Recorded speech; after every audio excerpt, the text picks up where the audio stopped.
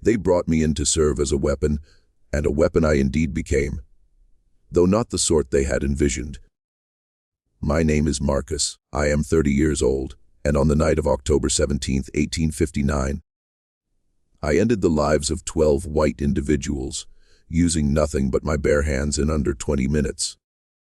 My only regret is that I didn't act sooner. Yet to comprehend why a man built for protection would turn to massacre, you must first understand how I arrived at Thornton Plantation in Alabama, and how a slave fighter, purchased as property, came to cherish the very thing he was meant to protect. Let me take you back to March of 1857, to the auction block in Mobile, where my life took its irreversible turn. I was born on a breeding plantation in Georgia in 1827, the son of a woman named Ada, and a man whose name I never learned. He was sold before I drew my first breath, standard practice on farms that bred enslaved people like cattle. I was large from the start, tall and broad-shouldered, with the kind of raw physicality that made plantation owners see dollar signs. By 15, I stood 6'4" and weighed 240 pounds of solid muscle. I worked the fields until I was 20, when my owner, a man named Patterson, realized I could earn him more as a fighter. Slave fighting was a vicious business in the South. Wealthy white men wagered thousands on matches between enslaved combatants, pitting us against one another in bare, knuckle brawls that dragged on until one man could no longer continue. Sometimes fights ended in submission, sometimes in death. We had no say in the matter. We fought, or we were whipped, sold, or killed. I fought for 10 years, 53 matches total. I won 49 and lost 4. 3 men died at my hands in the ring, not by intent, but when you strike with enough force to shatter ribs and skulls, death becomes an inevitability. I despised every fight. I loathed the crowds of white faces screaming for blood. I hated using my body as an instrument of violence. Yet I was disturbingly good at it. Patterson grew wealthy off me. Between fights, he dressed me well, fed me better than the field hands, and gave me a private cabin, not from kindness, but because I was valuable livestock in need of upkeep. He called me his champion, boasted to visitors that I was the finest fighter in 3 states, and collected his bets while I broke men's bones for his amusement. In March of 1857, Patterson needed cash. His cotton crop had failed. He had gambling debts, and I was his most liquid asset. So he took me to Mobile for auction. Not as a field hand or house servant, but as a specialty item for someone willing to pay a premium. The auction block in Mobile was a stone platform in the city center, where enslaved people were sold like livestock. I stood there in chains, stripped to the waist so buyers could inspect my physique, while an auctioneer recited my qualities. Gentlemen, this is Marcus. Age 30, 6'4", 240 pounds of pure fighting muscle. 53 fights, 49 victories. This buck has killed 3 men in the ring. He's trained, obedient, and worth every dollar. Perfect for protection work, intimidation, or sporting entertainment. Opening bid is $300. The crowd murmured. 300 was steep. Most enslaved people sold for $80 to $150. But specialty slaves commanded premium prices. Several men bid a plantation owner from Mississippi who wanted a fighter for private matches, a businessman from New Orleans who ran illegal fighting rings, a wealthy merchant seeking a bodyguard. Then a voice I would never forget cut through the noise. $5,000. The crowd fell silent. 5,000 was outrageous. The auctioneer stammered. "Did you say 5,000, sir?" "I did." The speaker was around 50, tall and distinguished, with silver hair and a tailored suit that reeked of old money. 5,000 cash, paid today. Sold to Mr. Thornton of Thornton Plantation. Benjamin Thornton approached the platform, inspecting me as if he were buying a horse. He checked my teeth, my hands, My scars. You're Marcus the fighter. Yes, sir. I'm not buying you to fight. I'm buying you to protect. Protect what, sir? My daughter Elenina. She's 18, beautiful, and there have been incidents. Men who think they can take liberties because she's young, and I'm often away on business. I need someone who can ensure her safety. Someone whose mere presence discourages trouble. I understood. He wanted a deterrent, a physical threat to make men think twice about approaching his daughter inappropriately. I can do that, sir. You'll follow her everywhere. Stay close enough to intervene if necessary, far enough to be discreet. You will not speak to her unless she addresses you. You will not touch her unless she's in immediate danger. And if anyone threatens her. He leaned close, his breath reeking of tobacco and mint. You have my permission to use whatever force is necessary. Do you understand? Yes, sir. Good. Because if you fail to protect her, or if you ever, and I mean ever, touch her inappropriately yourself, I'll have you skinned alive and fed to the dogs. Clear? Yes. Sir. He bought me that day for $5,000, the most expensive enslaved person sold in Mobile that month. We traveled to Thornton Plantation, located 50 miles north of Montgomery in the heart of Alabama's Cotton Belt. The plantation was immense. 7,000 acres, 400 enslaved workers. A big house that looked like something from a storybook, with white columns and wraparound porches and gardens that likely cost more to maintain than most plantations earned in a year. Thornton was old money. His family had owned this land for 3 generations, accumulating wealth beyond my comprehension. Elenina was his only child. His wife had died giving birth to her, and he'd never remarried. She was his world, and now I was her shadow. I first saw Elenina on March 15, 1857. My second day at Thornton Plantation. She was in the garden reading under an oak tree, wearing a white dress that made her look like something from a painting. Her hair was dark brown, cascading in curls past her shoulders. She was small, maybe 5'4", delicate in a way that made my massive frame feel even more grotesque by contrast. She looked up as her father approached with me in tow. Elenina, darling, this is Marcus. He's your new bodyguard. She studied me with intelligent, curious eyes, unafraid. He's very large. That's the point. He's a trained fighter. He'll accompany you whenever you leave the house. He'll ensure no one bothers you. Father, I don't need a bodyguard. That incident with Thomas Waverly was nothing. That incident. Thornton interrupted sharply. Was Thomas Waverly attempting to force himself on you at the Hendersons' party? You screamed. Several men had to pull him away, and it became the scandal of the county. I won't have that happen again. Elenina's face flushed with anger, or embarrassment, or both. So your solution is to have a slave follow me around like a trained dog. My solution is to ensure your safety using the resources available to me. Marcus will be discreet. You'll barely notice he's there. She looked at me again, this time with something like pity. You're a fighter? Yes, miss. Have you killed people? The question was direct, unexpected. Yes, miss. 3 men in the ring.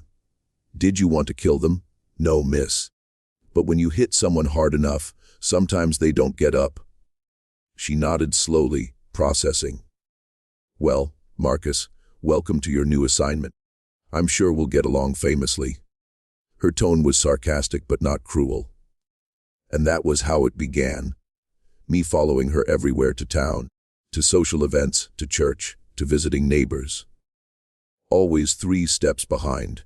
Close enough to intervene, far enough to be invisible. The first month was straightforward. Elenina went about her life. I followed silently.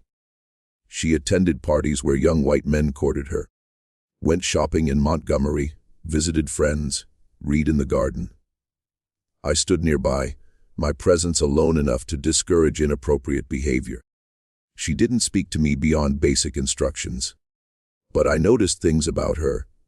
She was intelligent, constantly reading, always books on science or history, rather than the romantic novels favored by most young white women. She was kind to enslaved people in ways unusual for her class, learning their names, asking about their families, sometimes even arguing with her father about harsh punishments. And she was lonely, despite being surrounded by suitors and friends. There was a sadness in her eyes, a sense that she was performing a role rather than living a life. The second month, things shifted. Elenina started talking to me. "Marcus, do you like poetry?" We were in the garden, she reading while I stood nearby. The question caught me off guard. "I don't know, miss. I can't read." "Oh."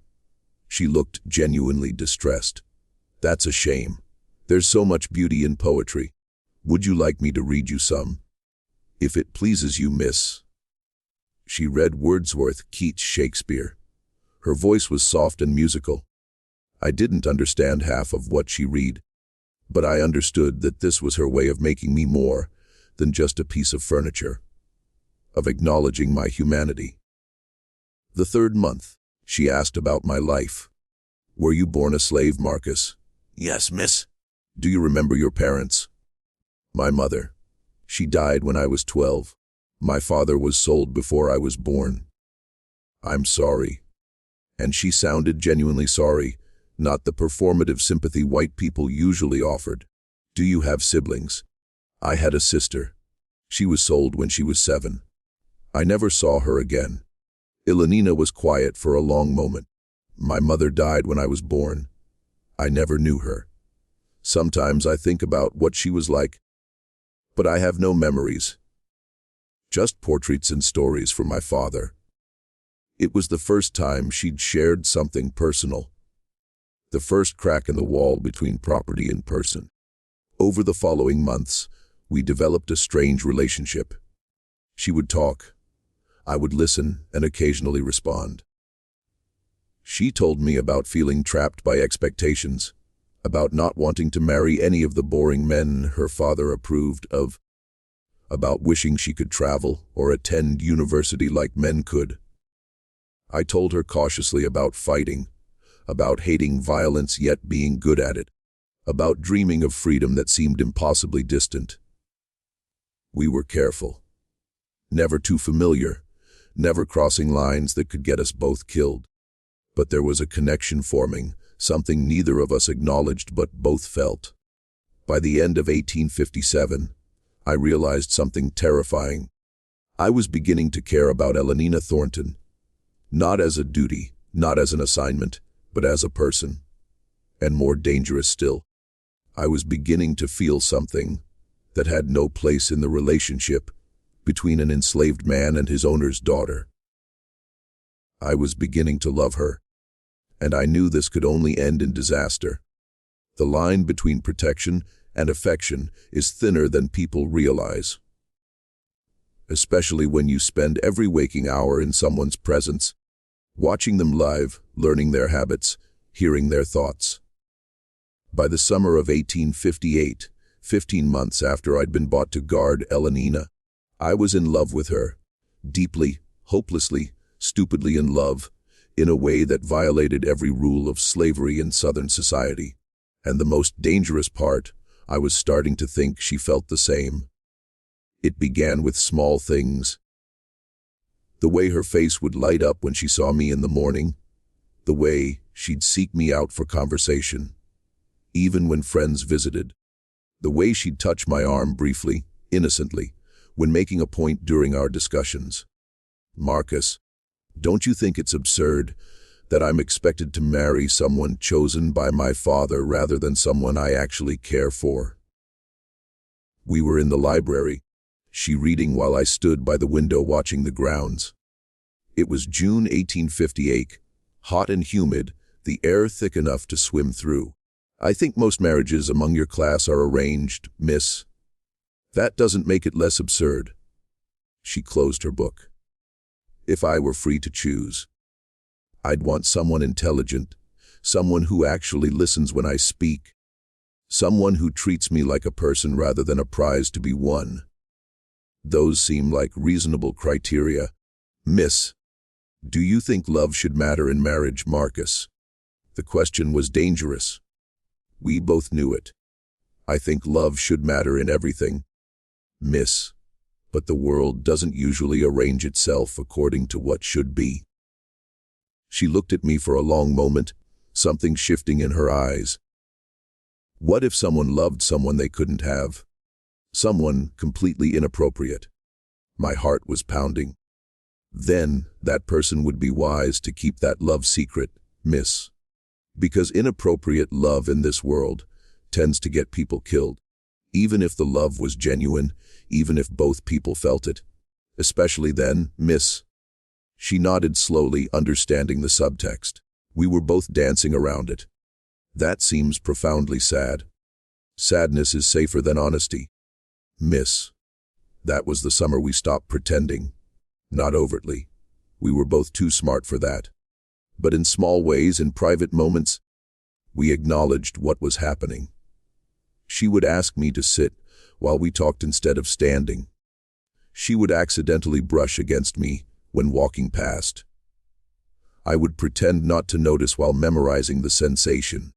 She would read poetry with obvious romantic themes, glancing at me to see if I understood she was reading it for me.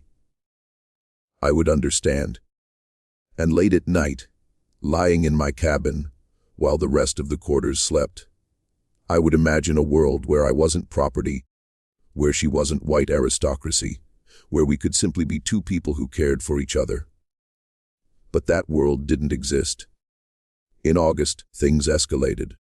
Elenina had been invited to a party at the Waverly Plantation. The same Anne Waverly's whose son had attempted to assault her before I'd been hired.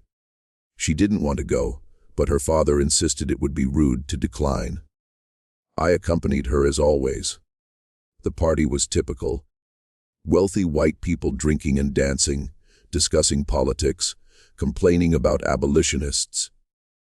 I stood in the corner of the ballroom, watching Elenina dance with various young men, all of them bland and boring, treating her like a trophy. Around 10 o'clock, she approached me. Marcus, I need air. Walk with me to the garden. Yes, miss. We stepped out into the warm night, leaving the party noise behind. The Waverly Gardens were extensive, with hedge mazes, fountain features, and secluded benches designed for courting couples. Elenina walked to a bench far from the house, sitting down with a sigh. I hate these parties. Everyone's so false. They say things they don't mean, pretend to be interested in things they don't care about, all to maintain appearances. That's what society requires, miss. Do you ever pretend, Marcus, when you're with me? Do you ever say things you don't mean? I stood in front of her, maintaining proper distance, acutely aware that we were alone and that this conversation was heading somewhere dangerous. No, miss. I don't pretend with you. Why not? Because you've never treated me like property.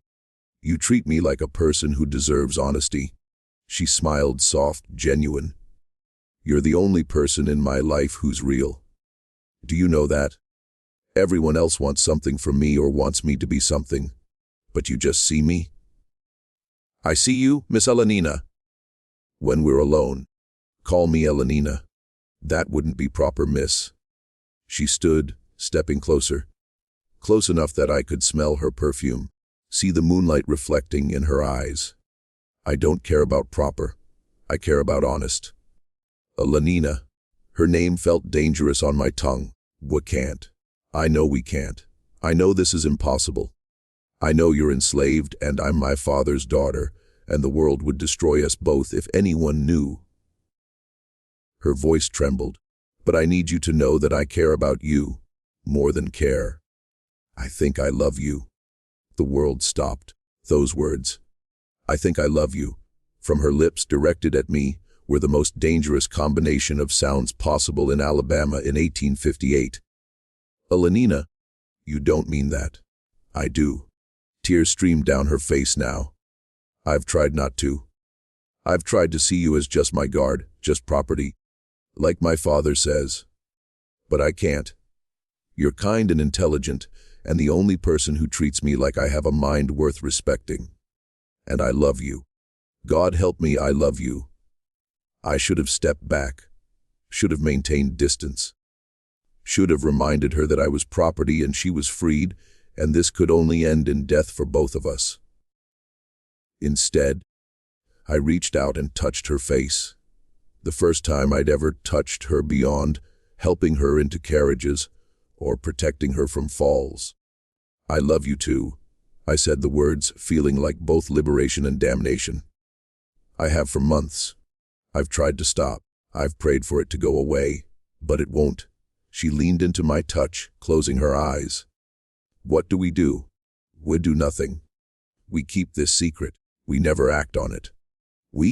She kissed me, rose on her toes and pressed her lips against mine. And for 3 seconds, the world was perfect and right and everything I'd ever wanted. Then reality crashed back. I stepped away, breathing hard. Elenina, we can't. If anyone sees, no one will see. Marcus, I know this is impossible.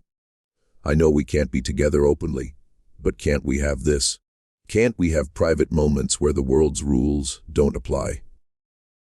If we're caught, they'll kill me slowly and they'll ruin you. Then we won't get caught. Her jaw was set with determination. I'm tired of living by rules that don't make sense. I'm tired of pretending I don't feel what I feel.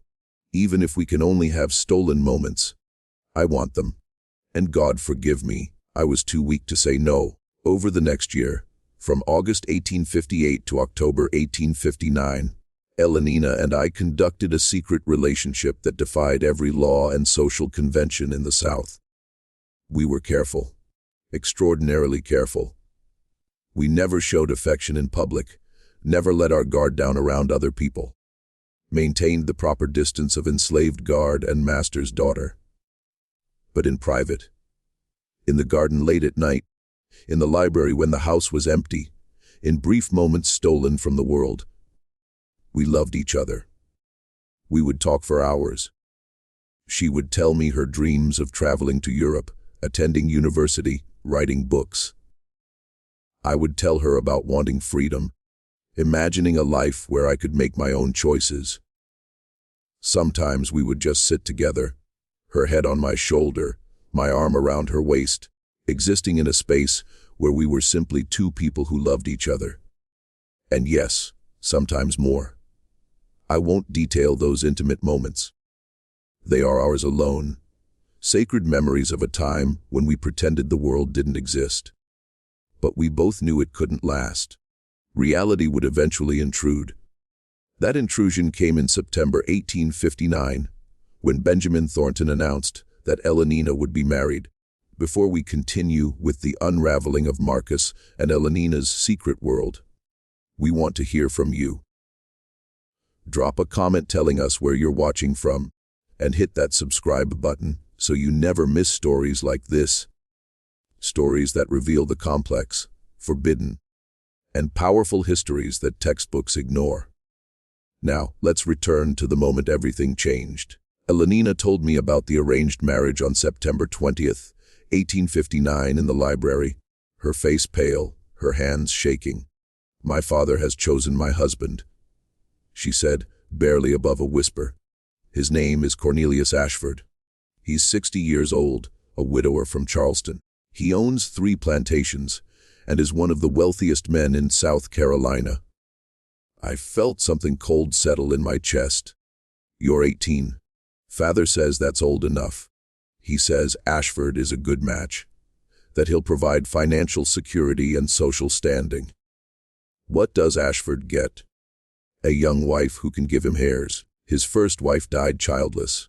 She looked at me with devastated eyes. Marcus, I've met him twice. He's cruel. I can see it in how he treats his servants, how he talks about people he considers beneath him, and the way he looks at me. She shuddered. Like I'm a horse he's purchasing. Did you tell your father? I did. I begged him. I said I didn't want to marry Ashford, that I found him repulsive, that I'd rather marry someone younger or not marry at all. Her voice broke. He said I was being childish, that love was irrelevant to marriage, that my duty was to secure our family's financial future. Apparently, Father has debts I didn't know about, and Ashford is willing to pay them in exchange for my hand. Is selling you. Yes. She was crying now, silent tears streaming. The wedding is set for November 1st, 6 weeks from now. There's going to be a dinner party on October 17th to celebrate the engagement. Ashford is bringing friends from Charleston, and Father is inviting our neighbors. 12 people total. They're going to toast my upcoming marriage to a man who makes my skin crawl. I pulled her into my arms, not caring about propriety anymore. We'll figure something out. How? I'm property just like you, Marcus. I don't have legal rights. I can't refuse. If I run, Father will find me and drag me back and lock me in my room until the wedding. And Ashford. She looked up at me. If I marry him and he finds out about us, he'll kill you. He's the type who considers enslaved people as disposable as furniture. I held her while she cried, my mind racing through options. We could run together, head north, try to reach free states. But I was a 6'4" black man with scars from fighting, easily identifiable. And she was a white woman traveling with an enslaved man. We wouldn't make it 50 miles before being caught. We could try to get her father to call off the wedding. But he'd already made his decision, and men like Thornton didn't reconsider. We could appeal to Ashford, but men who treated human beings as property didn't respond to moral arguments. Every option led to the same conclusion. Elenina would be forced to marry Cornelius Ashford, and our love story would end with her in Charleston, and me either sold away or dead. Unless, the thought came to me slowly, terribly, inevitably. There was one option we hadn't considered. One solution that would permanently remove the threats. I could kill them. The thought should have horrified me. I was a Christian. I attended prayer meetings, read Bible verses the plantation's minister recited, believed in turning the other cheek and trusting God's judgment. But I'd also spent 10 years as a fighter, killed 3 men in rings while crowds cheered. I'd used my body as a weapon for white entertainment, turned violence into a skill set that was now being wasted on polite bodyguard duty. And I'd been bought specifically to protect Elenina. That was my purpose, my entire function on Thornton Plantation. Her father had said, if anyone threatens her, you have permission to use whatever force necessary. Cornelius Ashford threatening to trap Elenina in a marriage she didn't want, condemning her to decades with a cruel old man. That was a threat, the most serious kind. And Benjamin Thornton selling his daughter to pay his debts, ignoring her pleas, prioritizing money over her happiness. That was also a threat. The engagement dinner was in 3 weeks. 12 people would be present to Thornton, Elenina, Ashford, and 9 guests from Charleston and Alabama who supported the match. 12 people standing between Elenina and freedom. I could remove them. All of them. Use the violence I'd been trained for, the killing skills white men had cultivated, and turn them against the system that created them. It would be a massacre. It would be unforgivable. It would damn my soul. But Elenina would be free. The decision crystallized over the next week. I didn't tell Elenina what I was planning. She would have tried to stop me, argued that we should find another way. But there was no other way. This was the only path that didn't end with her married to Ashford and me dead or sold. I began preparing. Not overtly. I couldn't risk discovery. But mentally, physically, strategically. I studied the layout of the dining room where the engagement dinner would occur, a large table in the center, seating for 12, Windows opening to the garden, 2 doors. One to the kitchen, one to the hallway. The doors could be locked from inside. I assessed the potential victims. Thornton was 50, in decent shape but not a fighter. Ashford was 60, overweight, soft. The 9 guests would be plantation owners and businessmen. Wealthy men accustomed to others doing violence for them, not doing it themselves. None of them would be armed at a dinner party. None would expect violence from the enslaved bodyguard standing quietly in the corner. I would have the element of surprise, superior physical strength, and fighting skills developed over a decade. I could kill all 12 before anyone could escape for help. The plan was simple, brutal, and certain. Wait until dinner was in progress. Everyone seated, comfortable, drinking. Lock both doors.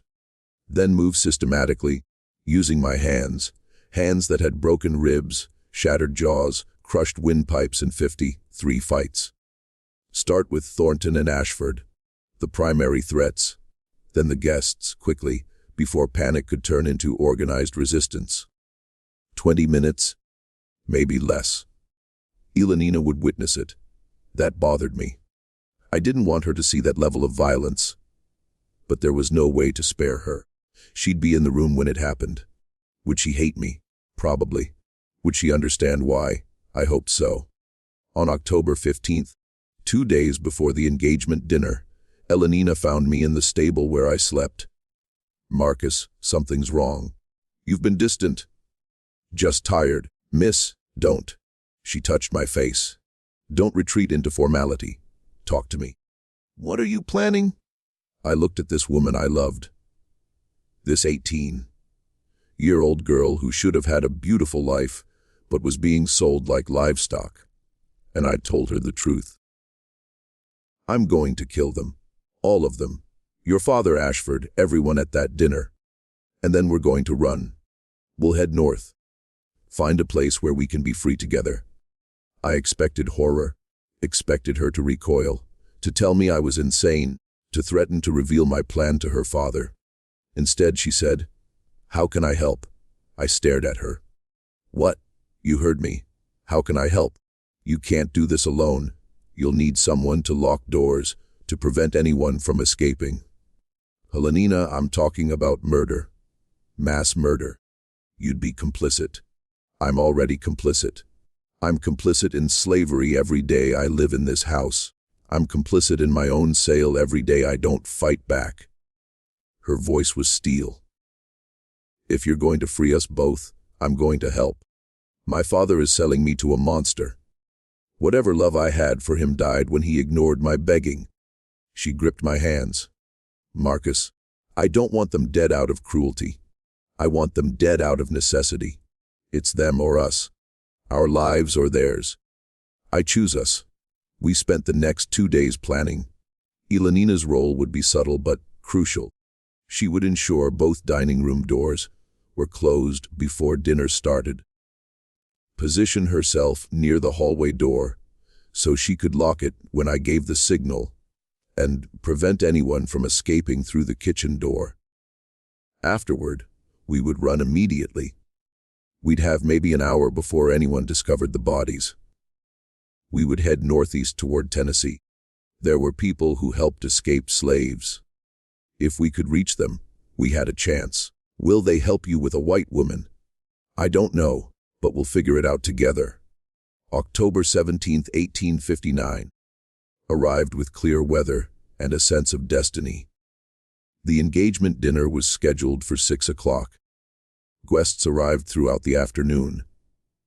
Wealthy men and women dressed in their finest, bringing gifts for the couple, congratulating Thornton on securing such an advantageous match.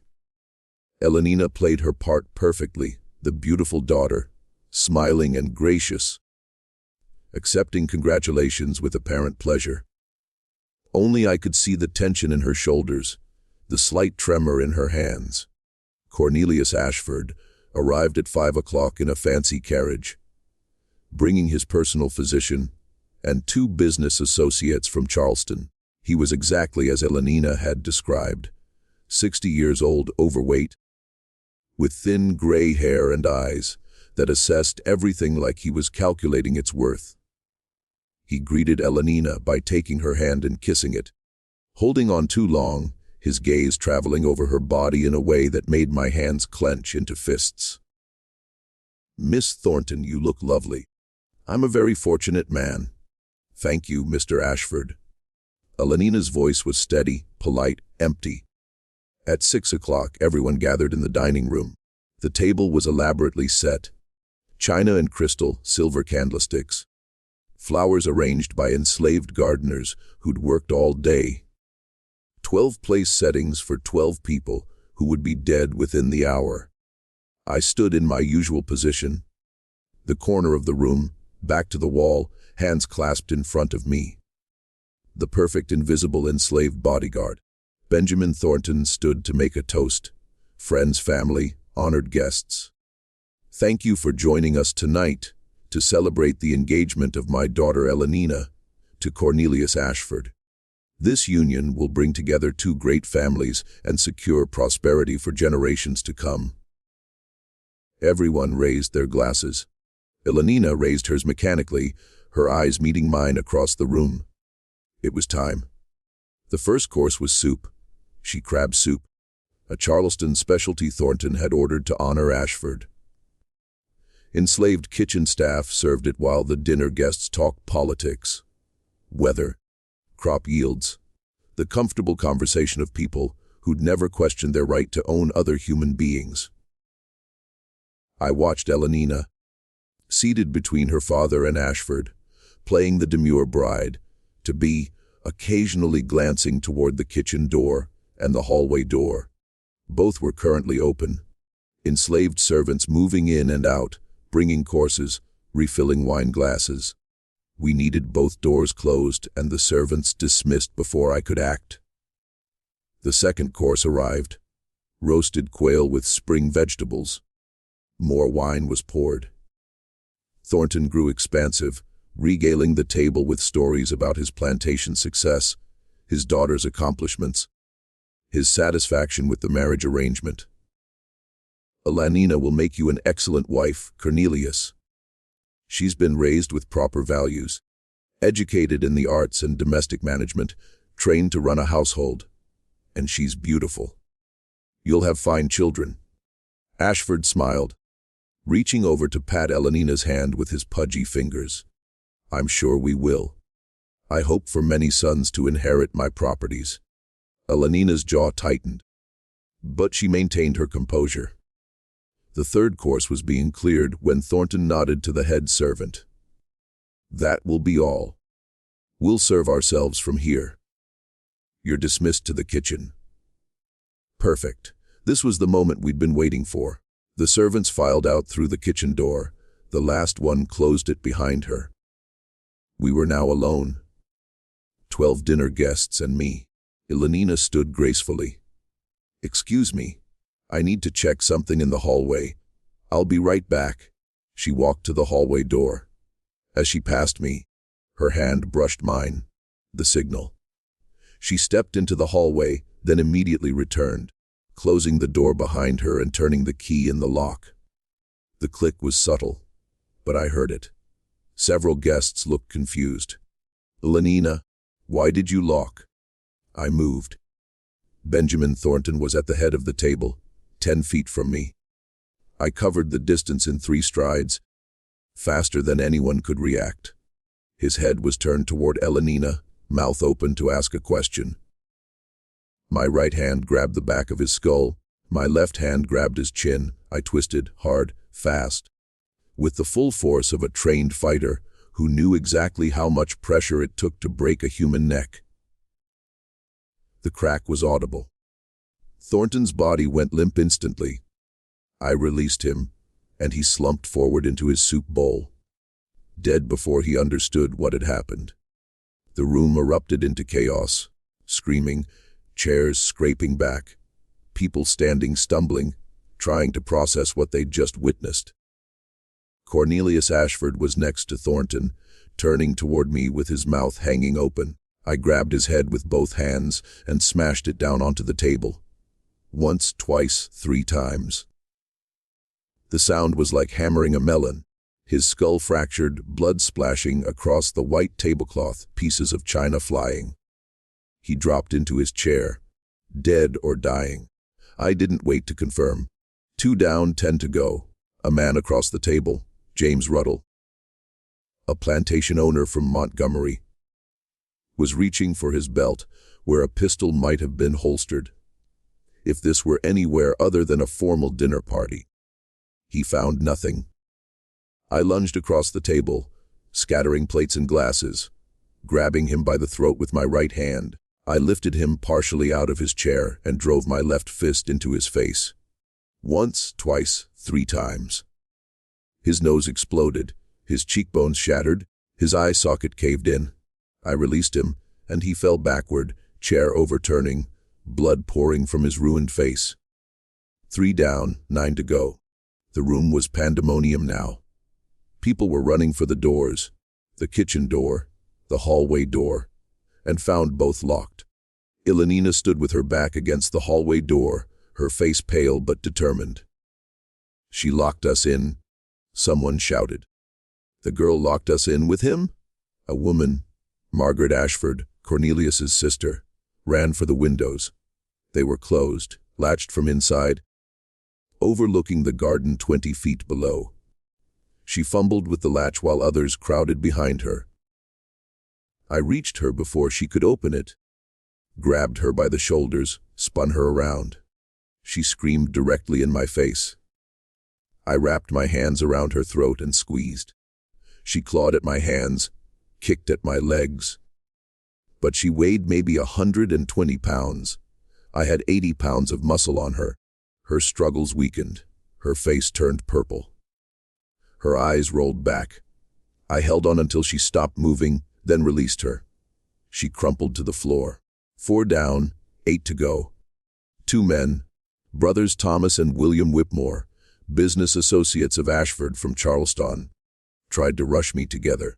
They were in their 40s, soft from prosperity, untrained in combat. I caught Thomas's punch, wild and uncoordinated, and redirected his momentum, throwing him into his brother. They both stumbled. I kicked Thomas in the chest, sending him flying backward into the wall. He hit hard. I heard ribs break, and slid down to the floor, gasping. William tried to run past me. I grabbed him by the collar and slammed him face, first into the wall, once, twice. The third impact cracked the plaster and left William unconscious on the floor, his face a bloody ruin. 6 down, 6 to go. 3 people were huddled in the corner, 2 women and a man, clutching each other, paralyzed by fear. They were neighbors from nearby plantations, guests who'd come to celebrate the engagement and now found themselves trapped in a slaughterhouse. I walked toward them deliberately. They screamed, begged, promised me anything if I'd spare them. I felt nothing. No rage, no satisfaction, no remorse, just cold determination. These people represented the system that enslaved me, that was selling Elenina. They had to die. The man, George Harrison, tried to shield the women. Brave in its own way, useless. I grabbed him by the throat, lifting him off the ground with one hand. His feet kicked uselessly. His face turned red, then purple. I held him until he stopped struggling, until his body went limp, then dropped him. 9 down, 3 to go. The 2 women, Abigail Harrison and Constance Fairfax, were crying, holding each other, begging in broken voices. Please, we have children. Please don't. Please. I hesitated. This was the first time during the massacre that I'd hesitated. These women weren't threats.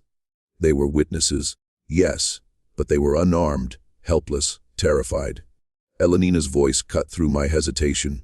Marcus, we can't leave witnesses. You know that. She was right. If anyone survived, they'd report what happened. We'd be hunted immediately. The only way this worked was complete elimination. I grabbed Abigail Harrison. She fought harder than the others, driven by mother desperation. Clawing at my face, screaming, I pinned her against the wall and struck her temple with my elbow. Once, precisely. She went limp. Constance Fairfax fainted before I reached her. I checked her pulse. Still alive, just unconscious from fear. I finished what needed to be done. 11 down, 1 to go. Thomas Whitmore was still alive, crawling toward the kitchen door, leaving a blood trail, ribs broken, every breath a wheeze. He looked back at me with eyes full of terror. "Please," he gasped. "I have a wife, children. Please." "So did my mother," I said. "She was sold away when I was 12. I never saw her again. Did she get mercy? Did her children?" I grabbed his head and ended it. 12 down. All dead or dying. The massacre had taken 18 minutes. 18 minutes to slaughter 12 people, using nothing but my hands, my strength. My fighter training turned to a purpose its creators never intended. I stood in the center of the dining room, breathing hard. Covered in blood. Theirs and mine from various scratches and cuts. The room looked like something from a nightmare. Blood splattered the walls, the table, the floor. Bodies lay at grotesque angles. The candles still burned, casting flickering light over the carnage. Elenina was still standing with her back to the hallway door, her face white, her eyes wide with horror and shock and something else. Maybe relief, maybe fear, maybe a mixture I couldn't read. "Is it done?" Her voice was barely audible. "It's done." She looked at the bodies. Her father, her betrothed, her neighbors, and then back at me. "We need to go." Now? She was right. We had an hour at most before someone came to check why the dinner was taking so long. Before the bodies were discovered, before the alarm was raised. I grabbed supplies from the kitchen, food, water, blankets, a knife. Elenina changed into traveling clothes. Men's clothes I'd stolen from the house servants, pants and a shirt and a coat that would help her move and ride. We took 2 horses from the stable, the fastest Thornton owned. Elenina could ride well, and I'd learned during my 2 years at the plantation. As we prepared to leave, Elenina turned back to look at the big house one last time. I should feel something. Grief for my father. Horror at what happened. But all I feel is free. That's because you are free. We both are. We rode northeast through the night, leaving Thornton Plantation behind, leaving 12 bodies growing cold, leaving the system that had owned us both. We were fugitives now, murderers, outcasts. But we were together, and we were free. We rode for 3 days straight, stopping only to rest the horses and grab a few hours of sleep in whatever shelter we could find. Abandoned barns, caves, thick forest. We avoided roads, stayed away from towns, moved only at night when possible. Elenina was remarkable. I'd expected her to struggle with the physical demands. She'd lived a life of comfort. But she kept pace, never complained, adapted to sleeping on the ground and eating cold food, and moving through wilderness. On the 4th day, we reached the Tennessee border. We'd covered approximately 150 miles, putting distance between us and the inevitable manhunt. Because there would be a manhunt. We both knew it. By now, someone had discovered 12 bodies at Thornton Plantation. By now, the authorities had realized that Benjamin Thornton, his daughter, and his enslaved bodyguard were all connected to the massacre. By now, wanted posters were being printed. A 6-foot, 4 black man traveling with a white woman, both armed, both dangerous, both wanted. Dead or alive, we needed help. We needed the Underground Railroad. The network of abolitionists, free black people, and sympathetic whites who helped enslaved people escape north. In a small Tennessee town called Crossville, we found a contact, a free black woman named Ruth, who ran a boarding house that secretly harbored fugitives. Ruth took one look at us, me bloody and exhausted, Elenina dressed as a man but obviously female, both radiating desperation, and ushered us inside. "You're running from something bad," she said. Not a question. Yes, ma'am. You killed someone. 12 someones. All of them deserved it. Ruth studied me, then Elenina, then nodded slowly. I don't need details, but I need to know, are you dangerous to people helping you? No, ma'am. Only to people trying to stop us. Good enough. You can stay here 3 days while we arrange the next leg north. But you need to understand. If authorities come, I can't protect you. I'll deny knowing you existed. Understood? Thank you. We spent 3 days hidden in Ruth's attic while she coordinated with other Underground Railroad contacts. She brought news from Alabama. The Thornton Massacre was causing a sensation. Newspapers called it the worst slave uprising in Alabama history. Rewards totaling $50,000 were offered for our capture. They're saying you're a monster. Ruth told me. Newspapers are describing you as a savage fighter who butchered his master's family in a blood frenzy. They're not wrong about the butchering, but they're wrong about the why. I heard the full story from Elenina. You were protecting her from a forced marriage. That's one way to put it. On the 7th day, we continued north with a guide, a Quaker farmer named Josiah who smuggled us in a false bottom wagon through Tennessee into Kentucky. From there, other guides took us through the Ohio Valley into Pennsylvania. We traveled for 6 weeks total, passed from safe house to safe house, always moving, never staying long enough to establish patterns. Elenina cut her hair short, dressed as a man, and we posed as brothers.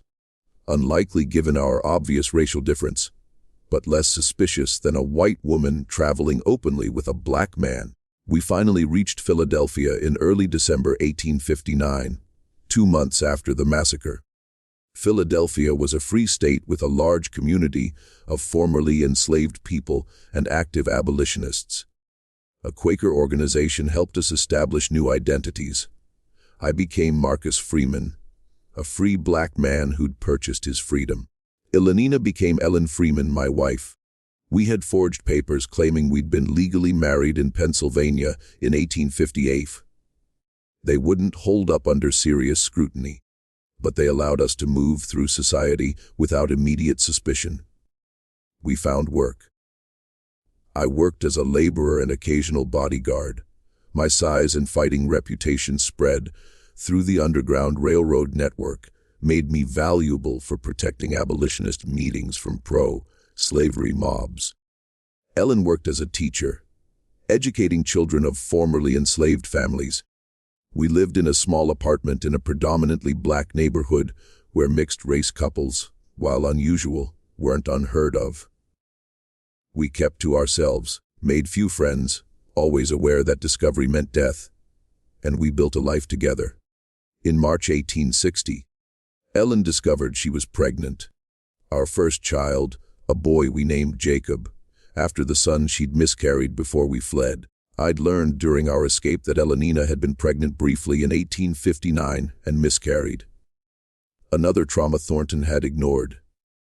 Jacob was born in November 1860. The Civil War started in April 1861. We watched from Philadelphia as the country tore itself apart over slavery, watched as battles raged and casualties mounted, watched as President Lincoln issued the Emancipation Proclamation in 1863. We had 2 more children, a girl in 1863, a boy in 1865. We raised them as free people, never fully explaining their origins, but teaching them the values that mattered: dignity, justice, the refusal to accept oppression. We never returned to Alabama, never faced justice for the 12 people I'd killed. The manhunt eventually faded. The war consumed everyone's attention, and 12 dead Southerners were forgotten in the tide of hundreds of thousands of war dead. Did I regret it? The massacre, the violence, the 12 lives ended. I'll answer honestly, I regretted the necessity. I regretted that the world was arranged in such a way that mass murder was the only path to freedom for Ellen and me. I regretted that slavery existed, that people were property, that love was illegal. But did I regret killing those specific 12 people? No. They were complicit in a system that destroyed lives. They were attending a celebration of Ellen's sale to an abusive old man. They would have watched her suffer and felt nothing. I gave them quicker deaths than the system gave to millions of enslaved people. I showed them more mercy than they'd shown us. Ellen and I lived as husband and wife for 35 years. We grew old together in Philadelphia, watching our children grow up free, watching slavery end, watching Reconstruction attempt to rebuild the South. I died in 1895 at age 67 from heart failure in my own bed, surrounded by my wife and children, a free man. Ellen lived 5 more years. She died in 1900 at age 59. Her last words, spoken to our oldest son, were, "Your father killed 12 people for me, including my own father, and I loved him for it. I loved him because he saw me as a person worth saving, worth risking everything for." Never forget that love, real love, requires courage. Our children lived as free citizens. They married, had children of their own, became teachers and business people and activists. The Freeman family of Philadelphia can trace its roots to a massacre in Alabama, to a love that defied laws, to a fighter who turned his violence against the system that created it. This was the story of Marcus, an enslaved fighter purchased in Mobile, Alabama in 1857 for $5,000 to serve as bodyguard to Elenina Thornton, daughter of plantation owner Benjamin Thornton. On October 17, 1859, during an engagement dinner at Thornton Plantation, Marcus killed 12 people, including Thornton himself, Cornelius Ashford, Elenina's betrothed, and 10 dinner guests. The massacre was documented in Alabama newspaper accounts and investigation records. Though Marcus and Elenina were never captured, they escaped to Philadelphia via the Underground Railroad, established new identities as Marcus and Ellen Freeman, and lived as a married couple from 1859 to 1895. They had 3 children, all of whom were raised as free citizens. Marcus died in 1895, Elenina died in 1900. Both are buried in Philadelphia's Eden Cemetery. The Thornton Plantation Massacre remains one of the most infamous incidents of violent resistance during the slavery era, studied by historians as an example of the extreme measures enslaved people took to achieve freedom. The Freeman family of Philadelphia maintained their family history through oral tradition. In 1985, a descendant published a family memoir titled Born from Blood, the Marcus Freeman story, documenting the complete history based on family records and historical research. The story of Marcus and Elenina is one of the most controversial and complex tales from the slavery era. A love that defied every social boundary, culminating in a massacre that left 12 people dead and 2 fugitives building a life from the ashes of violence. This account forces us to confront impossible questions. When is murder justified? When protecting someone you love from a forced marriage to an abusive man? When fighting against a system that treats people as property? When the law offers no justice and violence becomes the only path to freedom? Marcus was trained as a weapon by white men, used for their entertainment, bought to protect their property. And then he turned that weapon against them, using the violence they cultivated to destroy the very system that created him. He killed 12 people in 18 minutes with his bare hands. Brutal, efficient, unstoppable. And Elenina, a white plantation owner's daughter, who could have lived comfortably within the system, chose instead to help orchestrate the massacre, to lock the doors that trapped her own father and betrothed, to become complicit in mass murder. Rather than accept enslavement through marriage, they lived together for 35 years, raised 3 children, died as free people. They never regretted it, never apologized, never sought redemption from a world that had offered them no mercy. If this story of forbidden love and revolutionary violence resonates with you. Subscribe now to discover more hidden histories that reveal the brutal complexity of resistance during slavery. These aren't simple stories of heroes and villains. They're stories of people forced into impossible situations, making choices that defy easy moral judgment. Leave a comment right now. Was Marcus a hero or a murderer? Was Elenina a victim or a conspirator? Do you believe their love justified the massacre? Share your thoughts on this powerful, troubling, unforgettable story of a fighter who killed for love and a woman who chose freedom over everything. Your engagement, your comments, subscriptions, and shares ensures that stories like Marcus and Elenina's aren't sanitized or forgotten. These are the real, raw, complicated histories that textbooks avoid. Subscribe now and join us in preserving these essential narratives of love, violence, and the fight for freedom against impossible odds. Hit subscribe, leave your comment, and prepare yourself for more stories that challenge everything you thought you knew about resistance, love, and justice during America's darkest era.